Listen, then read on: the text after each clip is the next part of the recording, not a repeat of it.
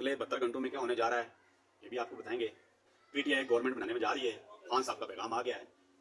खैबर पख्तूनख्वा के अंदर वो गवर्नमेंट बनाने में कामयाब हो गए हैं और पंजाब के अंदर भी पीटीआई की गवर्नमेंट होगी, ये भी आपके सामने रखेंगे। और दूसरी तरफ पीटीआई की जो है लीडरशिप, आज अदालतें खुल गई, अदालत में पहुंच गए। लाहौर के अंदर राजा सलमान अकरम ने पिटीशन दायर कर दी है। इलेक्शन कमीशन की वेबसाइट पर पीटीआई अभी तक एक रजिस्टर्ड जमात है और वो जो आज़ाद अरकान हैं वो इसमें शामिल हो सकते हैं। ये पीटीआई के लिए खुशखबरी है। और दूसरी बात, इलेक्शन कमीशन ने सिर्फ पीटीआई से उनकी जमात नहीं छीनी थी, लेकिन इलेक्शन कमीशन ने उनको जो है बल्ले का निशान था वो अलॉट नहीं किया था। अगर ये भी नहीं होता और उसके बाद फैसला हाई कोर्ट में जाएगा, हाई कोर्ट के बाद सुप्रीम कोर्ट ऑफ पाकिस्तान में जाएगा, अगर उसके बाद भी ये फैसला नहीं होता तो पीटीआई के पास उसके बाद जो आपको मैं न्यूज़ दे रहा हूँ वो है जमशेद दस्ती की जमात भी, वो भी एक रजिस्टर्ड है, पार्लिमानी जमात है और जमशेद दस्ती की जमात में भी शामिल हो सकते हैं। और आपको ये भी अंदाजा होना चाहिए कि जमशेद दस्ती भी पीटीआई में शामिल हो चुके हैं।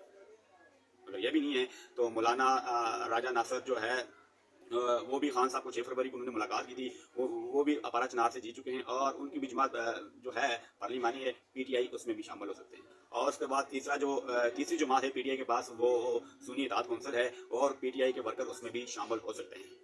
तो अब ये बाकियों के लिए जो सूरत बड़ी गंभीर हो गई है कि पीटीआई जो है इस वक्त बाकी जमातों को किसी सूरत जो है गवर्नमेंट नहीं बनाने देगी। ये वादा दो जवाब जो है बैरिस्टर गौर ने भी कह दिया है कि ये अवाम ने हमें मैंडेट दिया है और इसको हम ही गवर्नमेंट बनाएंगे और जो हमारी सीटें हैं, जीती हुई सीटें हार में डिक्लेयर की गई हैं और ये जो बड़ी वादा सीटें थी और जो सीटें क्लियर सीटें थी, बड़ी हैवी सीटें थी, राजा सलमान अकरम का कह लें, आप सियालकोट वाली सीट का कह लें, कराची से आलमगीर की सीट कह लें, एनए से शेख हुसैन की सीट कह लें और 48 एनए 48 से जो है अली बुखारी साहब की सीट कह लें, ठीक है, ये बड़ी वाजिया सीटें थी।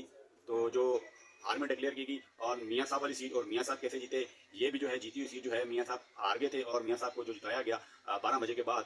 बहरहाल इसके ऊपर भी फैसला होना है। अब ये जो फॉर्म 45 जो पिटीशन इस्लामाबाद हाई कोर्ट के अंदर भी जो है दोनों तीन हल्कों की जो दायर कर दी अली बुखारी साहब ने और उनके पास बड़े वादे सबूत हैं, वो जो जीते हुए थे फॉर्म 45 के मुताबिक, और लाहौर हाई कोर्ट में भी पिटीशन दायर कर दी गई है। बहरहाल उल्टी गिनती शुरू हो गई है और नून लीग के लिए जो है खतरा की घंटी बजने वाली है। बहरहाल उनको जो सीटें फिलहाल रिजल्ट तो अनाउंस किए गए थे कि आप ये सीटें जीत चुके हैं, लेकिन अभी इसका अदालत में फैसला होना बाकी है।